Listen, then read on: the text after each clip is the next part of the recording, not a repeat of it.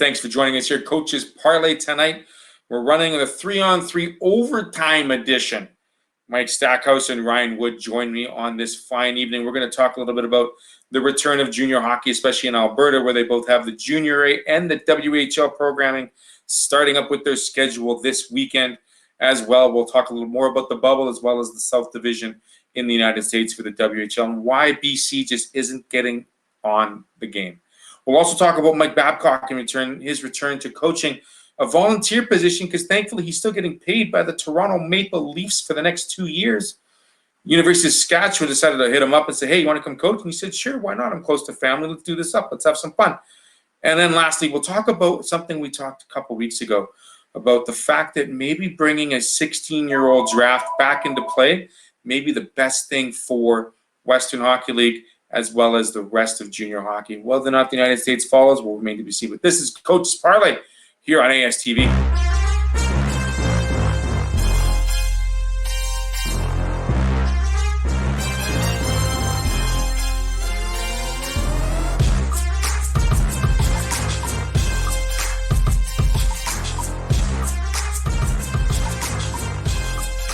Doing the overtime edition here, Coaches Parley. Mike Stackhouse playing defense. Ryan Wood playing the wing. Hopefully going to score us a couple of goals. But we only need one in the overtime section to get the W. It's a 4-point game nonetheless. 3-point game in the overtime. Speaking of overtime, let's get to the first period action here on the Coaches Parley on ASTV. We'll get to Mike Babcock in a second. But here we go. Alberta hockey returning. The WHL finally this weekend. Mike, what are your thoughts on what you plan to see or hear about in this upcoming weekend's action?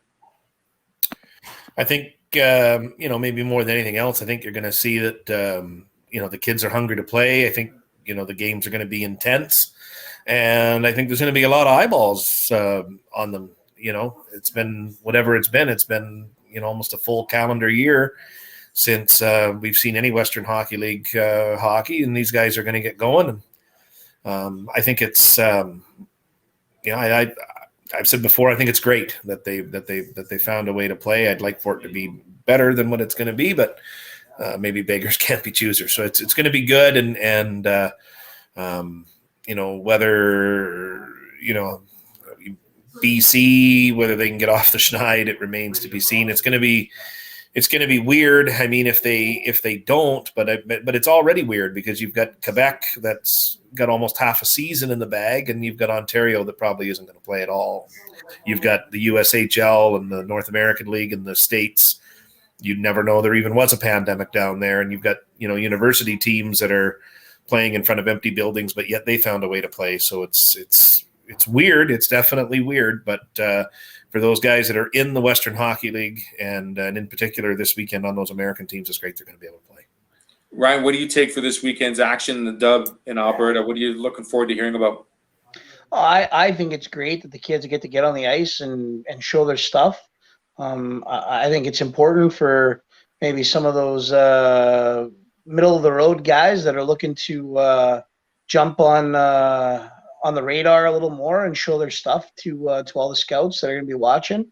And the other cool thing that I'm looking forward to is I hope that maybe there's some good social media about some of the teams that are living in the rink and actually kind of how that goes and kind of get a following of what the players' reactions are to actually physically living in the rink. It's kind of cool that they've kind of created their own bubble within the rink. So it's I think that'll be a cool little story to follow. The Red Deer Rebels being that one team that came out of the floodgates with that mention, with that announcement. Living in a dorm in the rink nearby. I guess you can't get closer to the ice than that, right?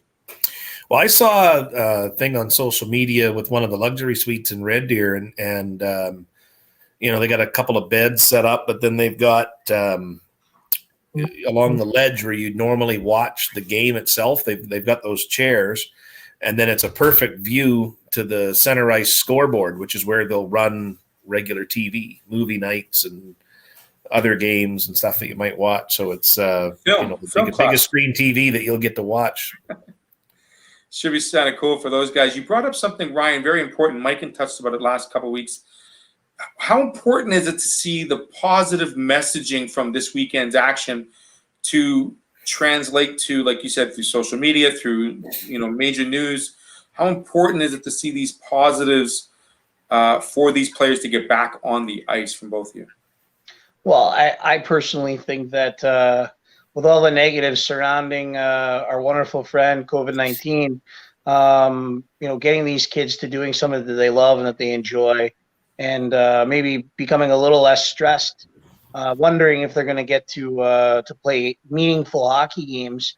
I mean, there's a lot of people whose careers are on the line. They're bubble kids, and if they don't get to play this year, maybe as a 19 or 20-year-old, then what, right? Are they ever going to find the love and attention of a scout?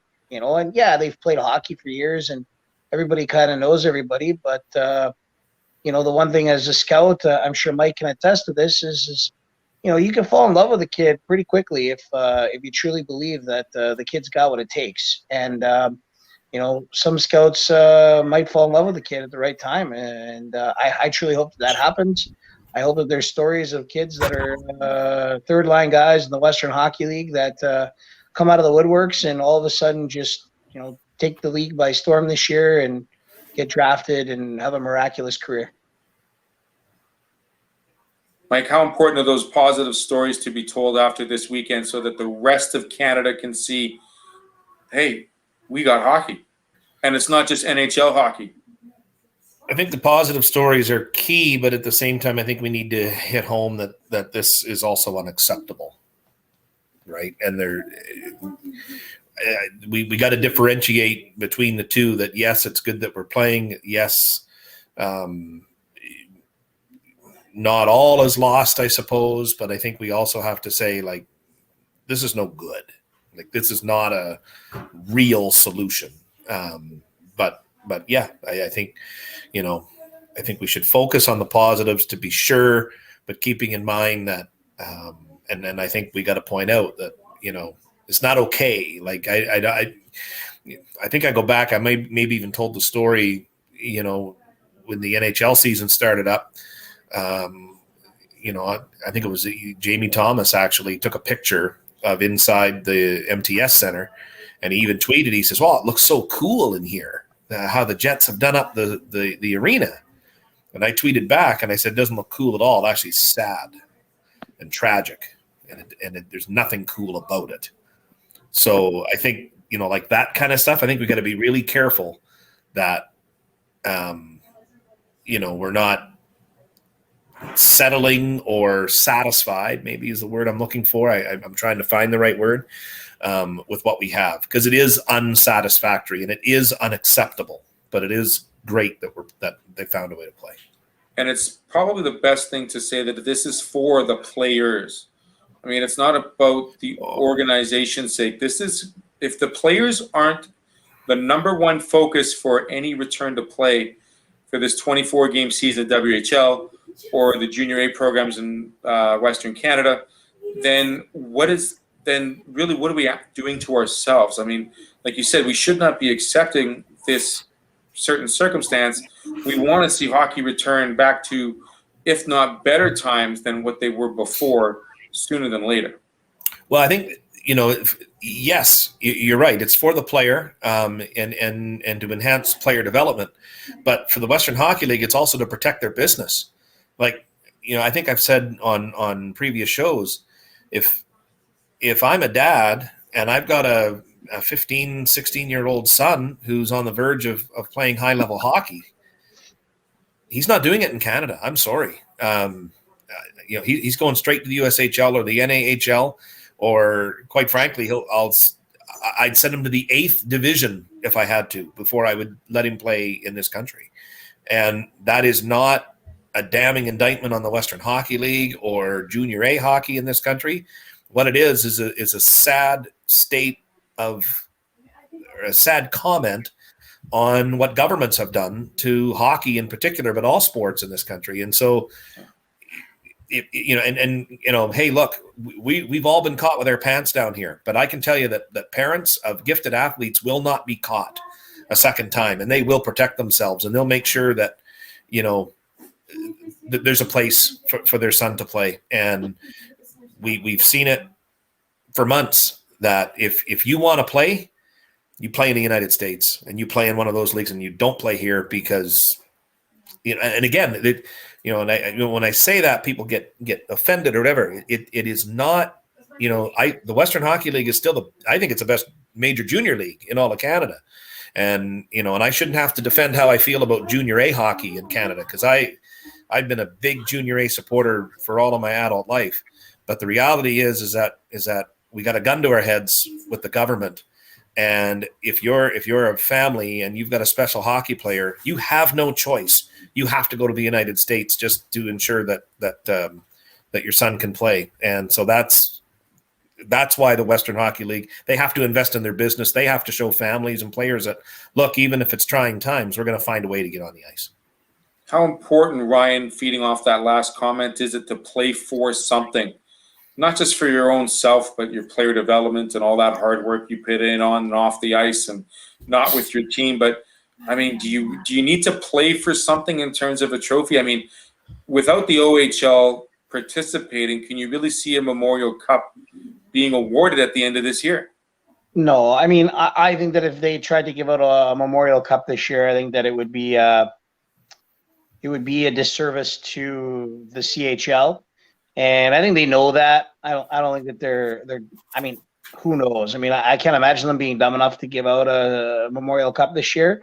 I think the year should be with an asterisk, and they should just be happy that they're getting on the ice. And I know, and Mike said it. I mean, it's not the best scenario, but it's the scenario that we've got to deal with for whatever reason, because these political monsters are dictating how things should be.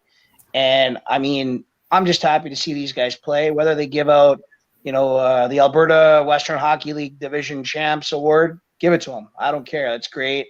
Give the USA Division, give them all rings. I don't care. I mean, give them something to be proud of for persevering by sitting out for as long as they've had to. And because give them something for winning their division, because it's meaningful, in my opinion, for all the crap that they've had to put up with as players and coaches dealing with, the are we going, are we not going, and uncertainties. I mean, think of how many coaches out there in both junior A and in the major junior leagues, especially assistants. Head coaches, they're getting their salaries and they're getting paid, majority of them still. But think of an assistant coach coaching in the Saskatchewan Junior Hockey League that gets paid, and I don't know, I'm just throwing out a number, $30,000 a year, right? That's his salary, right? And what's that, Mike? Not even. Okay, well, just throwing out a number, random, all right? I mean, I know a few assistant coaches in Saskatchewan, and I mean, they may lie and tell me that that's what their salary is, but who knows?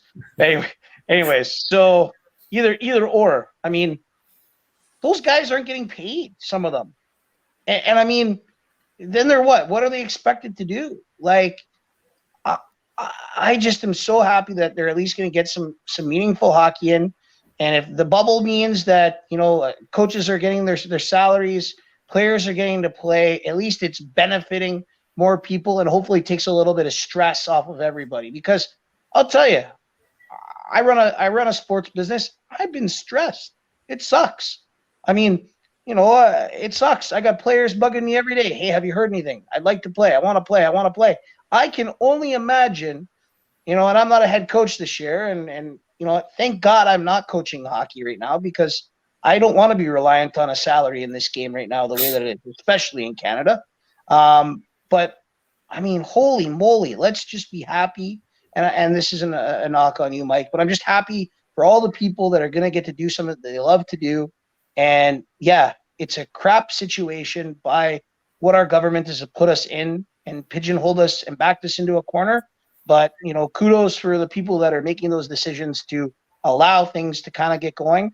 Hey, I'm happy that Alberta is forward-thinking. I wish Ontario was forward-thinking. And let me tell you a little story about Ontario right now. Right? They had a member of parliament story today. A little bit of whatever. You get all the MPPs in a meeting. The one MPP that's been standing up for Ontario, his name is Roman Barber, has been going around saying, hey, let's do this. And Doug Ford's all, hey, we're all in this together. So he put a bill together. He goes, all right, MPPs, if we're all in this together, all right, how about we all slash our salaries down to the CERB? And whatever CERB is, that's what we get paid until the pandemic's over. You know what happened? They all voted no thank you and said, let's cut his salary to CERB only. Like, what does that tell you about the rest of our government and how they truly think? This guy keeps making him and exposing him. And I mean, I don't know if you follow him on Twitter, but the guy is he's a beauty. What he is for right now is let's get everybody going. And I mean, this is the type of person that you need pushing for your league, your business, whatever, to open up this country. Like, let's get back to business here. And I mean, I feel bad for the Ontario kids. I know I'm on a tangent right now, but these Ontario kids that are in the OHL, I mean, what if they don't play? I mean, I know they're calling them back right now, and they're talking about a start in middle of March. I still don't see the government signing off on it. I truly hope it happens, but with the way that they're talking, man, you'd think that a nuclear missile bomb was coming and we all have to hide in our houses. Like, that's what's happening right now. Okay, Ryan, I got to bring you back in. Hold on. I thought I have to bring the lasso and bring Mike back in, but it's Ryan I got to bring in here in a second. Today. I'm going to ask this last one before we go into intermission. I like the tangent. Don't get me wrong. Want some insight? Go follow that Barbara on Twitter. I might have to do that myself. But before we go to break, gentlemen, we've seen the MJ cancel. The entire province of BC is in a little bit of an issue, circumstance that I don't even want to touch because we know the situation in BC. One specific division, the SJHL, still hasn't pulled the plug on a season. Do you see them possibly making a little bit of a stir in the water, saying, okay, Alberta's back. Manitoba, was forced to do something they didn't want to. Do you think we could maybe salvage some kind of a season here? I mean, they're going to have a bubble in Regina. Do you think they could do something along those lines, Mike? Or, I mean, they haven't said no yet. What I can tell you is that there is some really hard work that is nearing completion with regards to that very issue. And, by the time this program airs, we'll probably have an answer on it. And, I think the one thing that, to watch is the SJHL has said all along, they don't necessarily need all 12 teams to participate in order to go ahead. And my guess is that even if they do get the go ahead, not all 12 will play. What that looks like, I couldn't tell you. There we go. The same thing. I hope they can play. Question about this potential SJ bubble. MJ has canceled their season. And I understand it's, the SJ and the MJ are two completely separate entities. But if the Ice and the Wee Kings are going to go play in a bubble in the Western Hockey League, why couldn't the MJHL, the SJHL come together, have them go to Saskatchewan, start a bubble, and live happily ever after?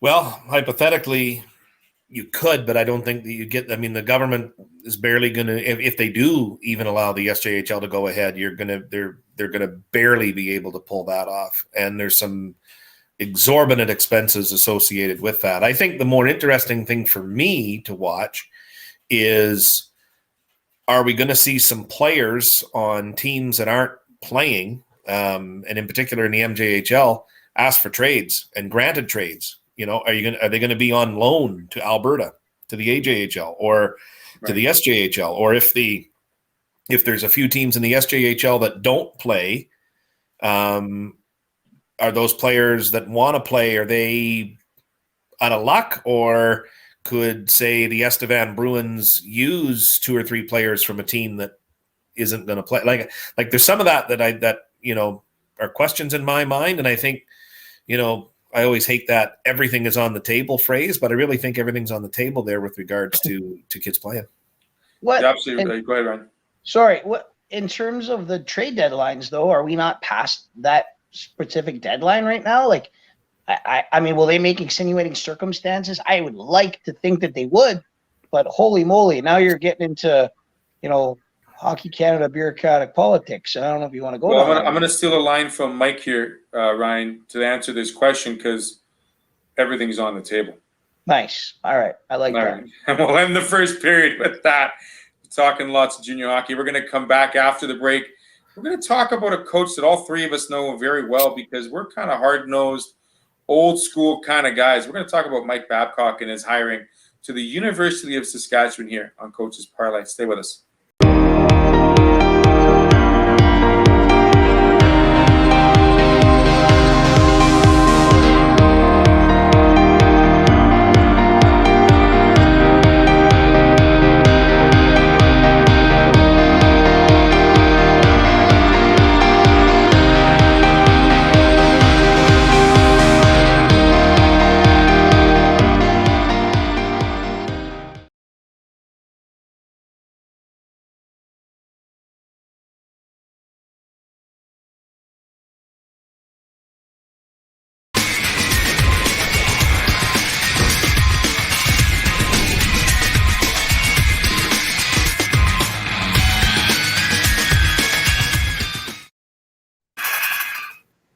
Back with Mike Stackhouse and Mr. Ryan Wood. Second period action. We all know who he is. It's Mike Babcock. He's coached for almost 4 decades in the NHL. I mean, starting his career very young. He's now hired as the head coach of the University of Saskatchewan.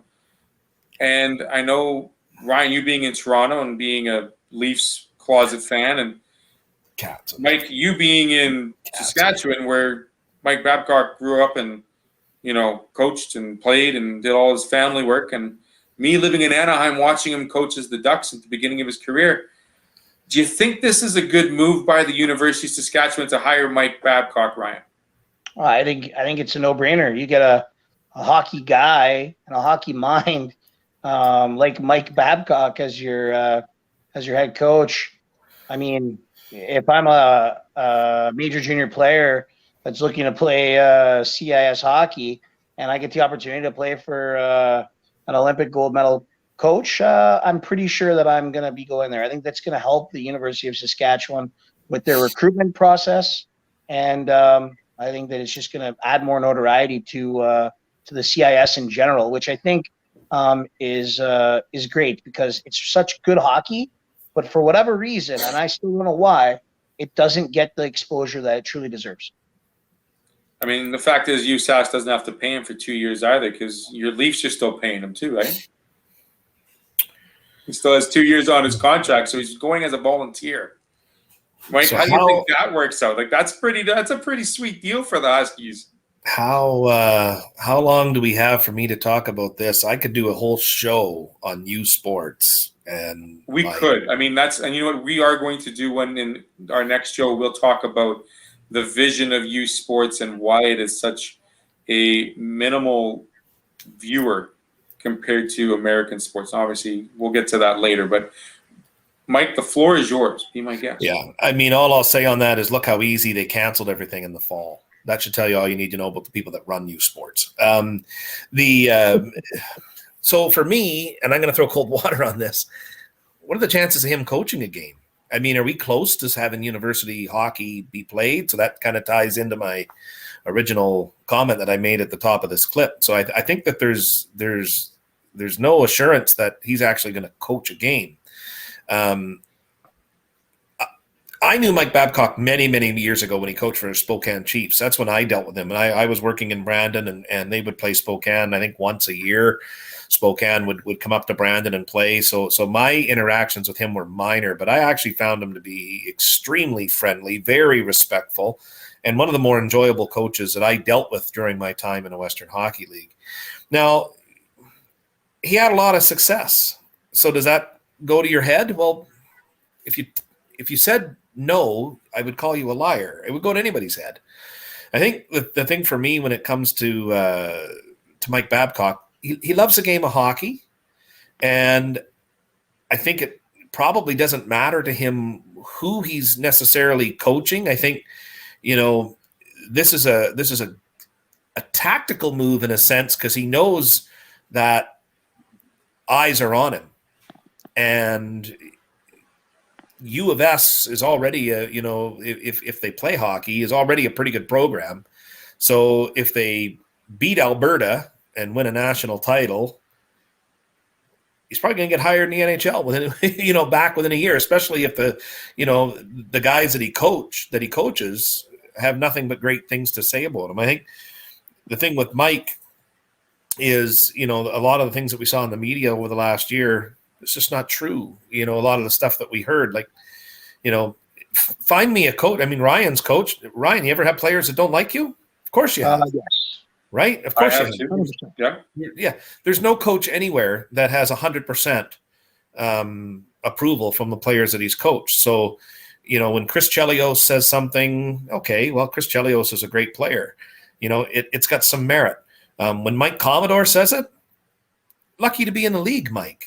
I mean, if you didn't have red hair, no one would even remember you, right? So that's a fact, right? That's a fact, Now, Chelios, I mean, I'm privy to some information on him that I'm not going to share because it's secondhand, but that's not a good source either in my mind. Now, the one thing that did bother me was the Mike Modano benching, and so he didn't get his 1500th game in the last week of the regular season. But I'd also say we only know one side of that story too. So, from my interactions that I've had with Mike and the people that I know Mike, he's a wonderful human being. I can say this when it comes to Mike Babcock.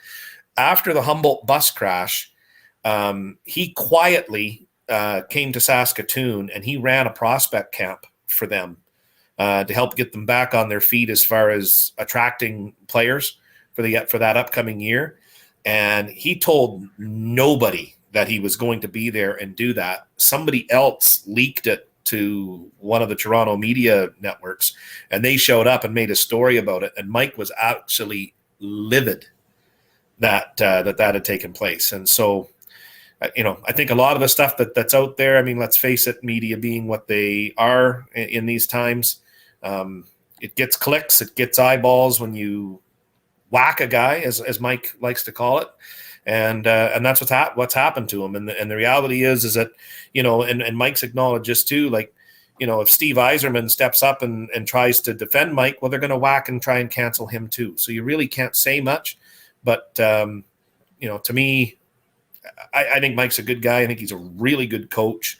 And I hope that university hockey gets back on the ice. Is going to bring, as Ryan mentioned, a lot of attention to university hockey. And myself, I love university hockey, and I'd love nothing more than for it to be a little bit more accessible for me to watch.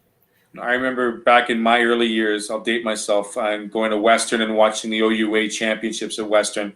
Western always had that great hockey program, as did McGill, as did the Dinos and whatnot, and the list goes on and on about USports not getting enough attention.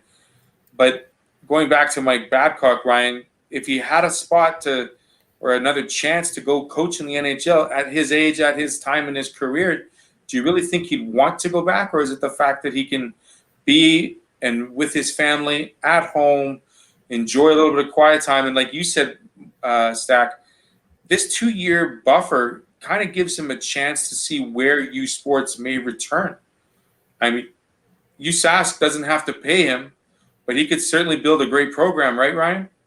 Oh, I mean, no question. I mean, he's Mike Babcock. He picks up the phone to recruit a kid. I mean, what's the kid going to do? Disrespect Mike Babcock? If you're a hockey person, say no. Let's be realistic, right? And let's not forget about all the relationships that Mike has with major junior coaches. I mean, he's going to call a coach and say, hey, which kid's wants to go play pro right away? Who can I get? The coach is going to go, yeah, you're going to take this guy and you're going to want this guy. And then boom, his recruiting is going to be simple. And he's not going to have to do it. Let's be realistic. So, I mean, the big question is, does he really have to be doing what he's doing? He's doing it to give back. And I think that anybody that gives back is amazing. And I mean, whatever amount of salary that he's going to defer for the volunteer, I mean, that's great money that can go right back into the program, and I think that's a great thing. So does he have to do this? No, he doesn't have to do it. Why is he doing it? I mean, only he knows why he's doing it, but on paper and in the media eye and everything, I think it's a great move by him. Hopefully he can earn an opportunity again to coach in the NHL if he wants to. And realistically, what does he have left to prove? Does he need to go coach in the NHL again and want to coach not old school way, but is his coaching philosophies and styles dated now at the NHL level? Is it too kumbaya for him? Maybe he just doesn't want to do it that way, and he's well within his rights to not have to. I mean, the guy's won a cup, he's won gold medals, he's won World Juniors. I mean, what more does he have left to prove in the game? I think giving back to U of S is something amazing that he's doing, and I wish him all the best. My guess is his competitive juices are flowing, and he wants to get back in the NHL, and he wants to just sort of stick it to all those people and say, look, I still got it. And it wouldn't surprise me at all if, he ended up back in the NHL for a year or two and had a good, successful couple of years and then went, see you later. And I'd love it if he did it, quite frankly. I think that would be an interesting conversation should it happen. And Mike Babcock has been, a great coach on the ice. You could name drop hundreds of players that would say, I would want Mike Babcock behind the bench. They wouldn't probably say it publicly, but nonetheless, U of S has got a great bench boss under their wings for the next little while to try and bring success to that program with some great talent in Saskatchewan. I also think that it's a family move for him personally. I think he's just ready to re-get his roots back and kind of, like you said, kind of renaissance himself, Mike, to give him that stick-it move. And the tragic hero has fallen, but let's get back up in Act 5 and let's prove in the last two scenes that I could do something truly amazing. And I think his mother and father-in-law are in Saskatoon, and they're in their late 80s, early 90s, and still in pretty good health. And that did play a role in him wanting to come back. His wife wanted to be closer with the pandemic and all that. They wanted to be closer to her parents. And so, do it up. And Mike's connections at U of S, he's friends, obviously, with Dave Adolph, who just retired. So it works. I think Mike's still got a farm near Vanscoy. He's also got 2 farms in Ohio. He loves to farm. But definitely that's part of it. Absolutely. Good enough. Gentlemen, we'll take a quick break. After 40 minutes, we'll come back. We're going to talk more about the junior year age. The MJ has pushed back its draft year. Do we look to see the same and potentially more of a change altogether on the Western lines with a 16-year-old draft as opposed to 15? We'll be back on the ice.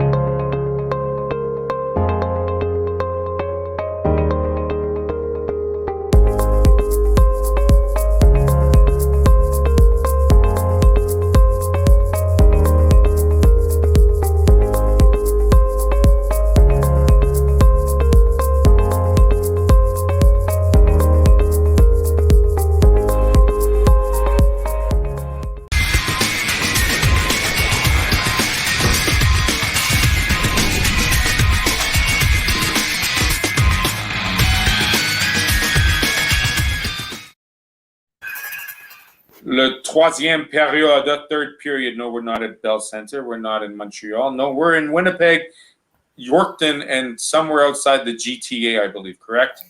Ryan? Barrie, Ontario, Canada. Is it the 401 or the 403 up there? 400. The 400, the 400. Okay. Been a while. Missed traveling up there. Nonetheless, let's get to the third period.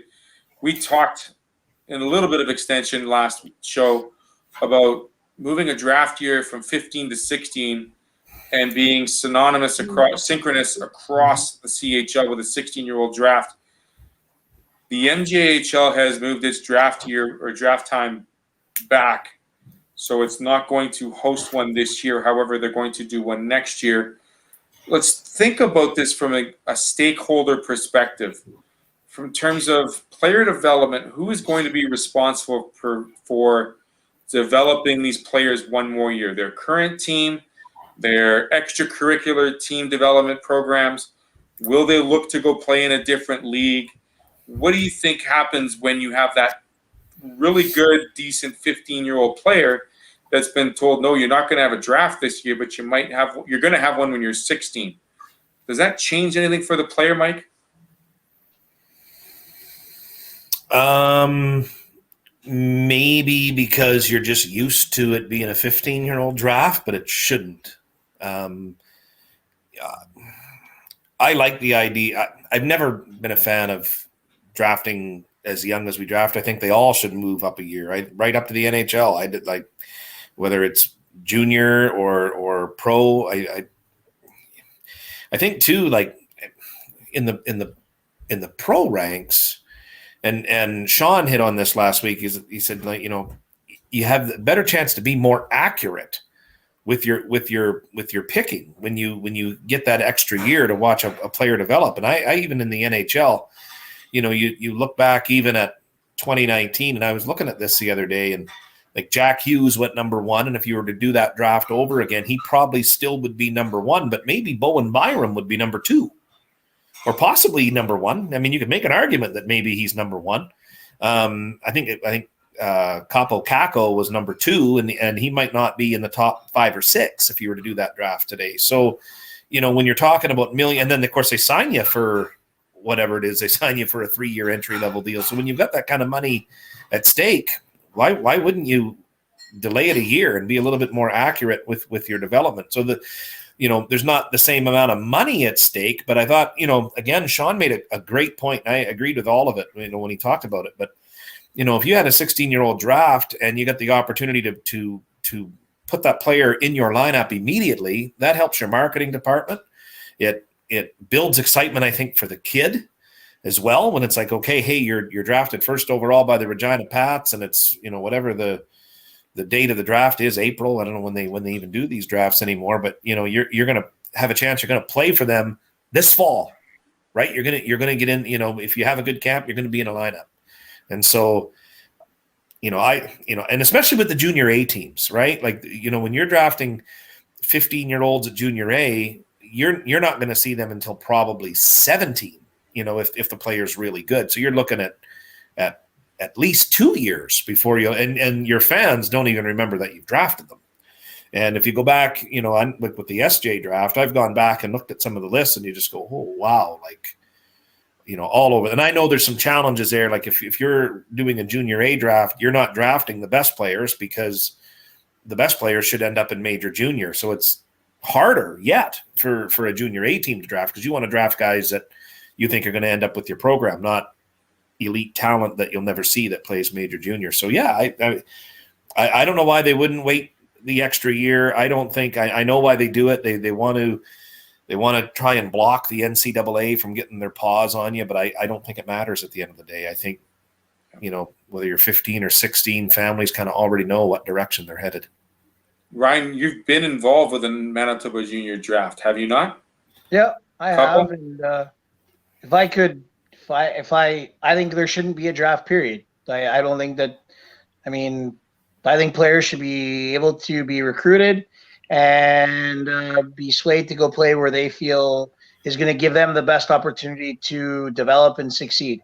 I can think of a lot of players that get drafted by, Portage or some of the other, Steinbach, that could easily step in and play on any roster in the league. But because they're drafted by one of those two teams, they don't get the opportunity to step in and play right away. But if, it was an open border and they tried out for Steinbach, but didn't make it because there was no room, why are you going to turn away a kid from being able to play in the league that's good enough? Let him go play for Verdun or Nipoa, those are the only really options that I would really suggest. But otherwise, I think that there shouldn't be a draft. Do I think it's a good idea that it's moving up to 16? Sure, I think it's good, but I think 15 years old is too early to draft because you can miss. I think a 16-year-old, you've got that extra year in Bantam to really follow them. And it works here in Ontario. It works in Quebec. I don't know why it needs to be different in Western Canada. So hopefully they keep it at 16. And if I had my way and I was the one making decisions, I'd say get rid of the draft and, have it a free reign and may the best recruiter win. And the programs that that are ran well will get the talent, and the ones that won't get the talent, and hopefully maybe they'll have to clean up their acts to run a better program.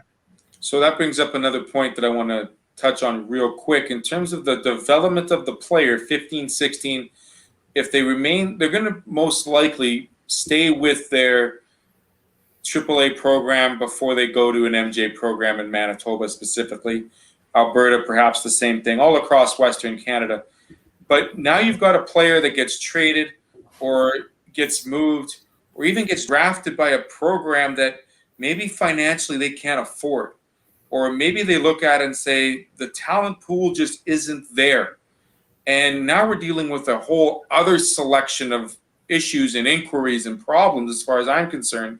Because if you get traded to a program that costs you 5 times more to play and is 6 hours away from home, what makes you want to continue to be a hockey player then and there? And like Mike said at the beginning of the show, go play. If you're that good of a talent, go explore your options south of the border, right, Mike? Well, there's that, and then the other issue that I brought up, and I've seen this in Saskatchewan actually. Let's say you got twin brothers, and they're both pretty good, and Nipawin drafts one, and Humboldt drafts the other. Well, you run the risk, I think, of losing them both, because if you get a team in Alberta or Manitoba that says, look, I'll use both of you. Well, they want to play together. And I mean, you get 2 SJ teams that have draft, they both want their kid. So you end up in a standoff, and you can't make a trade, or you're trying to orchestrate a trade. These 2 guys go and they go play in Camrose or, or whatever the case may be. So Ryan's got a point.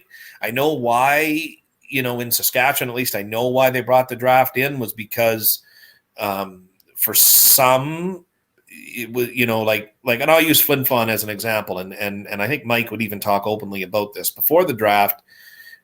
He had a hard time winning, the race to list guys or to recruit guys. Right. And that was mainly because you look at a map and go, I'm not going to Flin Flon. I don't care how good their program is. I'm not going up there.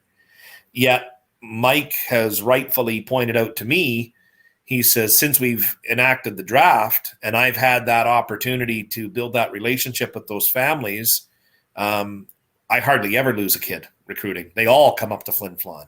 And you sort of look at, what they've turned out for scholarships compared to other teams in the SJHL. They're far and away the top program for turning out players to go to the NCAA. So he's not wrong on that. So I agree with Ryan. I like the free market system better. I understand why they do the draft. And I don't know that there is such thing as a happy medium, but I do see both sides of it. I'm going to propose less rounds of a draft with the opportunity to incorporate a free range system of recruiting players, similar to what is being done in the States with the US Prep Hockey League, where they have a phase 1 and a phase 2, where phase 1 looks at the 15-year-old cream of the crop talents on day 1. Phase 2 would be that 15 to 20-year-old group has the group that's fallen through the cracks or doesn't get looked at. So it gives an opportunity for Pool A and Pool B to still have the opportunity to play in a great junior program here in Western Canada. What do you think about that model? I think that's not, it's fine and all. I think it would be fine. It would work. But I mean, what is a draft? All right, you want to make it an equal playing field for people to have the ability to have talent. But the drafts can only work when all the teams in the league are operating on an equal playing field. When you've got half the teams charging fees, the other half aren't, it's not an equal playing field. So, I mean, it's not fair to the players. So you have to look at that. It used to be a real honor to get drafted in the Manitoba Junior Hockey League. And I'm sure it still is for kids, 100%. But like back in the day, and you know this, it was, you get drafted in that league, it was exciting because you knew that you were getting free sticks, you were getting some skates, you're getting amazing swag. Teams were spent, like you were treated like a pro.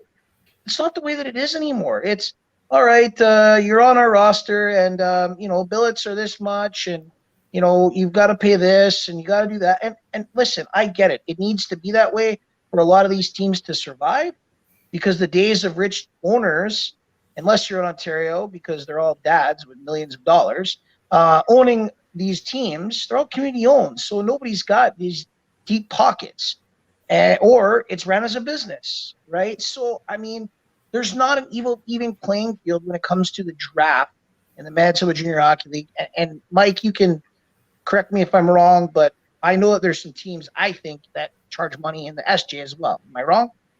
No. Yeah. So I mean, it's not an even playing field. So all right, if you want to charge money, no problem. Let's have it open borders. And you know what? You're gonna have to go and get players from the States. You're gonna have to go get players from Ontario that want to come. Like, that's how you're gonna have to recruit. It's not fair to force the hand of a kid because you drafted them to pay $14,000 for your program. Well, I drafted you. I own your rights. Guess what? I get a free $14,000 because I selected you. It's not cool.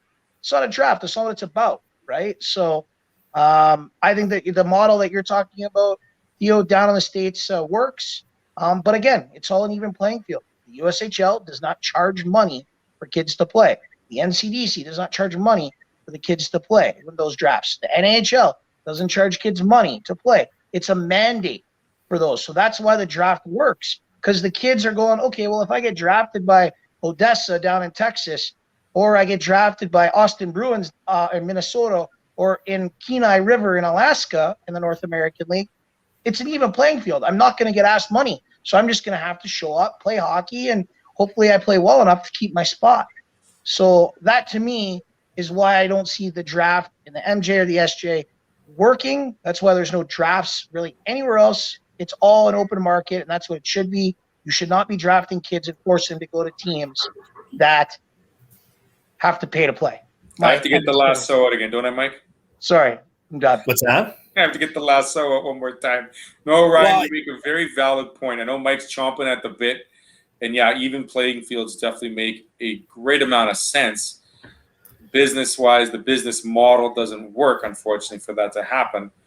But Mike, maybe you could chime in on it and say, wouldn't that just, ruin an opportunity for a player to play if they couldn't afford to play junior hockey? Well, I think, a couple things. So I think one of the things, Ryan makes a good point, but I also think, let's be honest, even the teams that require you to pay to play, there's exceptions on those with those guys too. Not everybody's required to pay. And I go back, my son who played junior football, they had a receiver parachute in after week one, and the coach was at the front of the room and he was talking about, some of you guys haven't paid your fees yet. We need to make sure that you get your fees paid. And then after the meeting was over, this star wide receiver says, I'm not paying no fee. Right? It was already decided. But I think for me, and I'm a salesman, so I feel relationships are important. And I also feel that winning isn't something that you teach. Winning is something that just sort of happens. And if I was a general manager or a head scout of a junior A team, I would be building relationships with some of the programs that I know are always successful. So if I know that Regina's always got a really good bantam program, I'm cultivating that relationship with that team. And I don't want to draft. I actually want about 6 guys from that team to eventually come play for me. And that's actually how years ago when Humboldt and Yorkton were doing all of their winning in the SJHL, it was because they were bringing up groups of players who all played together through minor hockey. So when Humboldt won 3 in a row, and I think it was 07, 08, 09, it was actually they had the core of their Broncos team was also the core of their Pee Wee and Bantam teams that played, I think it was in Leroy. And they were all together, and they just kept playing through Pee Wee, through Bantam, and then through Junior A. When Yorkton won back-to-back years, if you look at the roster, it was predominantly a large group of kids that went to the Air Canada Cup with Yorkton's midget program, and so they brought those 5 or 6 guys into their junior A program, and they already knew how to win. So for me, I understand the draft. I'd much rather just have good relationships with other programs that I know develop really good hockey players and win, and those are the guys that I want to come play for me. I mean, it probably hurts mom and dad and grandma and grandpa to hear that their son, grandson doesn't get drafted, but what if it doesn't really matter because you've just postponed it a year and it's going to be 16 instead of 15? It's not that big of a deal. No, it shouldn't matter. For their trophies on the wall, or those phone conversations, or those Zoom calls you have saying, "Well, where did your grandson get drafted?" I didn't get drafted. My brother did. Sure, wonderful, great news. But like you said, it's more of just like that mention versus what really matters and how that player develops over the next couple of years. I mean, great, you get invited to camps, you get to go to summer tryouts, you go to this and this camp run by your team, and you get to see the measuring stick, but you're going to return back to where you play. I mean, even some of the greatest draft picks, I'll pick on Peyton Krebs, because earlier this week he just got released by his AHL team in Vegas, and now he's been assigned back to the Winnipeg Ice for this next bubble thing to occur just in time for his 14-day quarantine. You've got Matt Savoie and Connor Geeky, who were 2 and 3 respectively in last year's WHL draft. Great talents, but are they going to amount to what they are? We don't know. And a draft is exactly that. You're drafting a potential for 90% of the players, and the cream of the crop will still be there after the NHL draft too. Brian, right? I agree, 100%. I was glad to see those older major junior players go play in the American League in Europe, and I think it's a great experience for them and allows them to put a little bit more money in their pockets. But yeah, I mean, major junior drafts, I think there's a place for them. What USHL place for them, North American League place for them. There's not a place for them in Canadian junior A hockey because it's not all a level playing field. That's my opinion. But there is a place for drafts, and I'm glad to see that at least 16-year-olds are going to be drafted in Western Canada, because it gives those scouts, take COVID out of the equation, it gives scouts that extra time so they don't miss. And, I think it's a great thing. Mike, any last words? No, just while the guys were talking, I just looked at a message I got sent, and the Northern Ontario Junior Hockey League is going to go ahead. They've got approval to play. I'm not going to read it. The press conference is long and it's weird. It looks like not everybody's going to play the same amount of games. Not all the teams are going to play, but it certainly looks like that there'll be some cohort schedules starting right away. Looks like they're going to start this week with Blind River and Sioux and French River and Espanola. Did I say that right? And then Cochrane and Timmins with a schedule to be announced. So it looks like at least in that part of Ontario, we're going to have some junior A hockey. And we're going to have some more leagues to pick on then too. Yeah, and that particular league is all based on teams are allowed to play against each other if your team is in the same health district. So that's right. That's the only way that they were able to get games going. So I know the team that I used to coach has pulled out for the remainder of the year in Kirkland Lake. I know Powassan has pulled out, and French River Hearst is pulled out too. And Hearst is pulled out. So, what you're reading is really the only teams that are left for the year, and, they want to play. So I know my buddy who has been chomping at the bit to get back going, but he's also wasn't getting paid. So now that things are getting going, I hope hopefully he starts getting paid again, and because I know that it was a struggle. So I'm glad to see them back up and running. Late news by Mike Stackhouse. Thank you so much for bringing that to our attention. We'll talk about the NO next time, perhaps. Maybe we'll see some stats and some more hockey to open up in Ontario soon enough. Ryan, thank you so much for joining me. Mike, as always, it's a pleasure. Make sure you check out the Coaches Parley every second Saturday on ASTV, 8 p.m. Central. Thanks so much, guys, for joining me. Have a great rest of the week, and hopefully get to watch some more PLD this week too, correct? Thursday, I think he's back at her. He'll be playing on Thursday. That's right. Ryan, thanks so much. Enjoy your Leaf hockey. Take care, guys. This has been Theo with the Coaches Parlay with my overtime lineup tonight on the Coaches Parlay. Thanks for joining, everyone. Take a great evening and enjoy your wonderful time and stay safe.